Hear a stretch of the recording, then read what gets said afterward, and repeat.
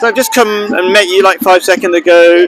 There's a protest behind us. Can you just tell me, gosh, it's probably going to get more noisier, but what's your experience and why are you here? Okay, well, you can see the experience from in the background. The experience is that the people who are protesting sort of in favour of trans rights, as they say, are very, very noisy. They've got drums, they've got a loud hailer, which I thought was illegal at Speaker's Corner, and they're chanting. But actually, interesting that they're not giving any talks. It's not like they've got something to say. They're just trying to drown women out. And the women, it's not all women, but the women and men who are meeting, it's a group called Let Women Speak, or Standing for Women, where we meet once a month here, and it's just a space for women to come and talk about whatever issues they have. And that's very reasonable, isn't it? You should always have intellectual conversation. You can't assume you're right, and you can assume you're right, but let other people have their opinion. But what I'm understanding is that they don't want anybody to have their opinion. They've decided they're correct, and everybody else should agree. Yes, it seems to be that because in the women's events there are women from all political spectrums and sort of none. There are different walks of life, because the one thing that brings us together to talk about issues that affect women as women, and of course issues affect men as well. So it's not only women, but it's just so, and there's a broad difference of opinion. There's atheists, there's Christians, there's all sorts of people. Anybody's welcome to speak, and the whole point is to speak and to listen to people. So that way you can learn from people's experiences. There's something that's so many of the talks that women have given over the months I've been coming here, months and years I've been coming, are really moving stories about things that happen to people in their lives that you wouldn't know about unless. Sure. And I'm very happy to have the trans group just have their opinion, but I couldn't get anybody to actually share their opinion. They didn't want to be on camera and share their opinion. And I think we should be loving and understanding from both sides, and I think you were. I don't think your idea was to be rude to them. You just wanted to have a discussion. Yes, and there are discussions to be had, because there's a question about, when people talk about human rights, there's sometimes rights from one group or one individual. There's a problem about how to work it out. There might be some kind of practical conflict that happens all the time in human rights. That's just how things are. So you need to be able to discuss it. So things like there was a recent ruling yesterday about, from I forget which body, but about whether trans women can compete with women in sport, and they've said no. So there's a question about, how do you be fair? Do you have a separate category? And then you have to look at the evidence and why are they excluded, and what's But it's a result of arguments and discussion, isn't it? It's not just shouting at each other. Right, and so this is what I'm going to try to. I'm always interested in what's the way forward, because I don't care about just making people angry and getting views on videos just by being rude to other people. No. So my argument is that protests don't work, which might sound a bit odd, but I think the way protests are done nowadays, the word protest can mean a lot of things, but generally nowadays it seems to be a one day, make a lot of noise and be angry at another group of people for getting it wrong, and you assume that you're right and all the answers are on your side. Okay, and I'm going to say there is a way forward, and so my first idea is, the first point I want to make is that the biggest protest we had ever was probably the anti-Iraq war, and we still had an Iraq war. So short-term protests don't work, because in short, the elite, let's say, know that it's just a one-day party, and then you don't have enough strength or unity to stand up for any opinions. Yes, that probably is the case. I mean, I think there have been some successful protests, actually. Most successful protests I was on years and years and years ago, actually. Do you remember when British Telecom got privatised? Anyway, years and years and years ago. I'm older than you, and then and then it was miles before mobile phones, and lots of people didn't have a phone in their own house. So that public telephone boxes were far more important, and there were telephone boxes that were just being left to rack and ruin, and a group of us in Bristol, on the 1 year anniversary of a telephone box had been vandalised and hadn't been repaired, we did this kind of publicity thing where we'd crammed into the telephone box and had a party, like a birthday party with a cake for this particular telephone box. And then the next day it was repaired because it got in the local papers. So that was actually very successful. So that's an interesting, a longer term protest, which I agree with. And so my reason why these short term protests don't work is because there's no quick fixes to society's problems. Right? Yes. And so my next argument, I'm just going to be really quick, because were your No, I need kids... to go because I'm getting cold. Oh, okay, sorry. I'll try to be really quick. So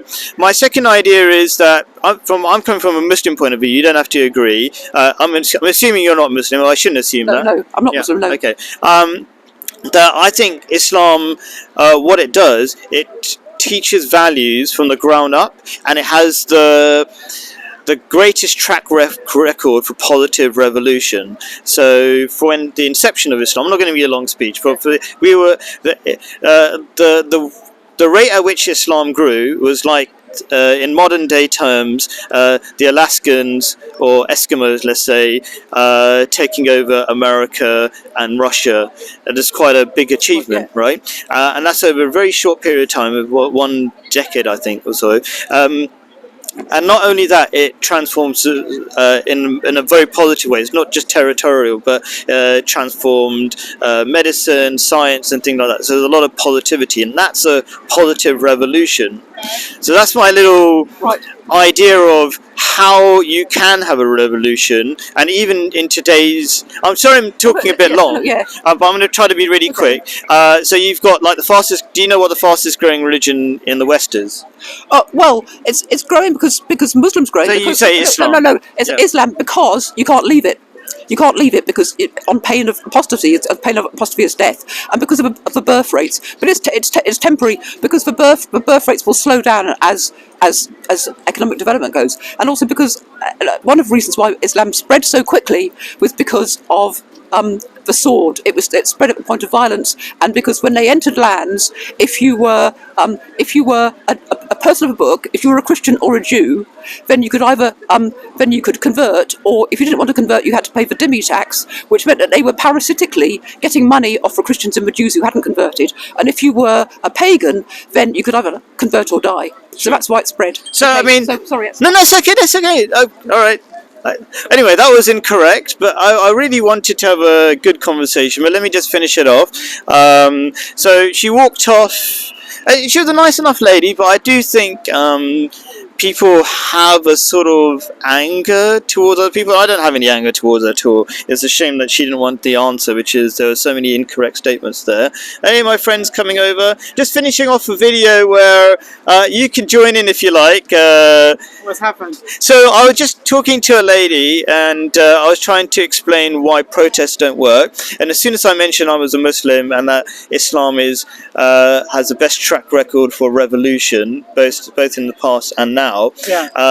She made her opinions, but she and you can be on her side if you like. I wasn't there. Yeah, she said, for example, that the birth rate. So the Islam is growing in the West, being the fastest growing religion in the West, only because of the birth rate. Actually, because it's got the most converts as well. But it's not a bad thing. It's not a bad thing. God wants us to have a high birth rate. Right, exactly. And the fact that there's a high birth rate in Islam just reflects on the strong family values. That's why there's so many children as Muslims in the West, by the way. So we have double, let's say, our representation in the UK in terms of birth rate. Yeah, so we're like 4%. We have 10% of the children, or something like that. You know, it would be interesting to know, because in this country they only fund the first 2 kids, right? Because they only want you to have a maximum of 2 kids, which, by the way, will lead to a reduction in population. You need 2 point something. So agreed. So we're actually, because you have people dying and things like that, and some people are born that can't reproduce. Yeah. Right. Exactly. And so we need a higher than 2 birth rate just to maintain the population, right? And humans are a gift from God to the planet. And I would just love to know, the people that voted to only allow funding for the first 2 kids, how much on average kids they have. It would be interesting to know if they have 2 or more. Interesting, yeah. Someone should look into that.